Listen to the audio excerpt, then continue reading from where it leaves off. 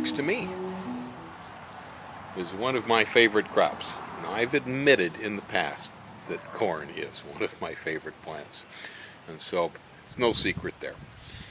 But finding good open pollinated sweet corn, that's a rough one, okay? Now, there is only a single GMO sweet corn out there at the moment, and I believe the only people distributing it for the food market are Walmart, and so you can take that or leave it. Otherwise, most of the sweet corns that we grow, and a lot of really, really good ones, are all hybrid sweet corn, meaning you can't really save the seeds from these corns. They won't come true to type. There have been, over the years, many different open pollinated sweet corns, and some of them were actually pretty good at a time. The problem with open pollinated crops, though, is they have to be maintained.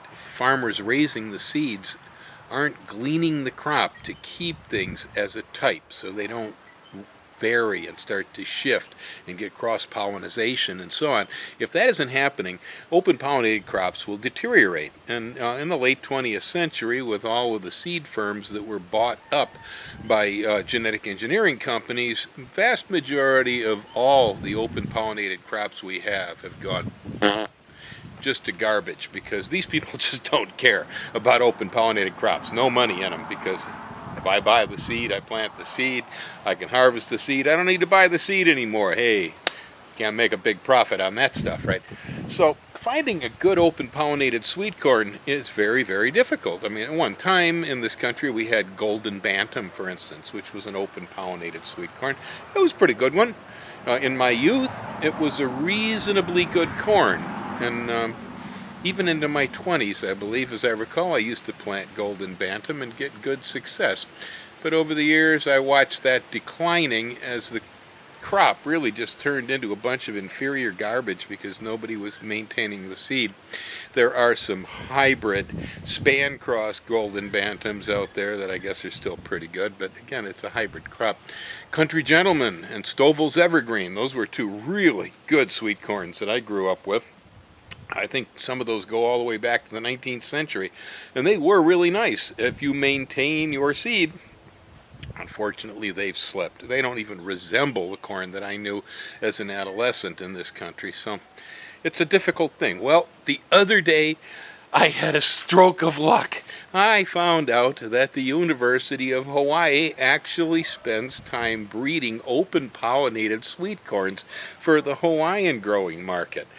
This is spectacular. I mean, since the university doesn't have any real interest in the economy of it, in other words, they're not worried about making a profit, they are actually the perfect institution to maintain an open pollinated sweet corn. And so I was used to planting a Hawaiian Super Sweet number 10, which is a hybrid super sweet corn. I love it. Anybody who's ever eaten sweet corn here in Puna or anywhere on the Big Island, the corn that was raised here, you probably know this corn. It's spectacular. There are very few comparisons actually in corn on the mainland. And I had been using that seed both in California and here in Hawaii. But recently I discovered Hawaiian Super Sweet number 9. And number 9 turns out to be an open pollinated corn, and it's really good. This right here is Super Sweet number 9. The stalks grow like a hybrid. The yield on this is really, really good. You can see here that it is loaded with bountiful ears of corn. I'm happy with the yield, and everything we've picked so far has been pretty well filled out and absolutely delicious, and you can save seed from this baby. Yep, we've been real pleased. Let's take a look here and see what we can find.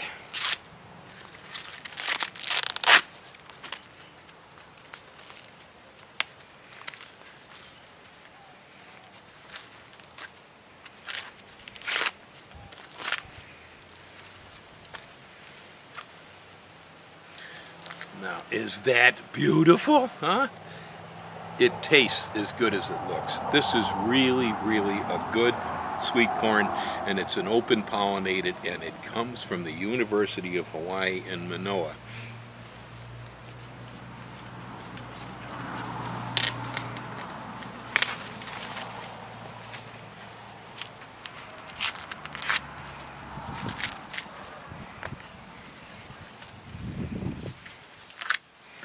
That's a little odd if you're used to mainland sweet corn. Most mainland sweet corn has white silk.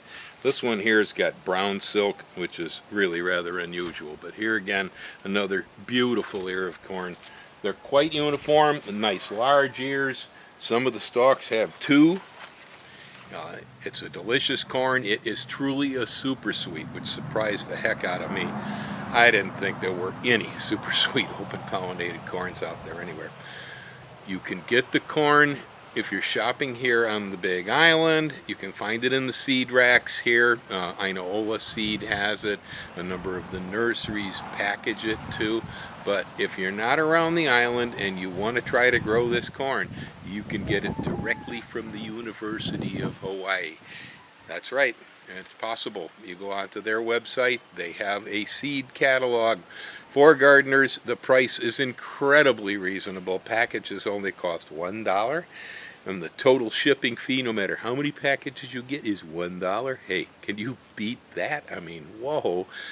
It's beautiful. There's a lot of other cool varieties of vegetables like Manoa lettuce, if you've never raised that one too, available through the university. But this is just one exceptional, super sweet, open pollinated corn, and I am so excited I can save my own seeds now. Happy gardening. Aloha. It tastes as good as it looks. This is really, really a good sweet corn, and it's an open pollinated, and it comes from the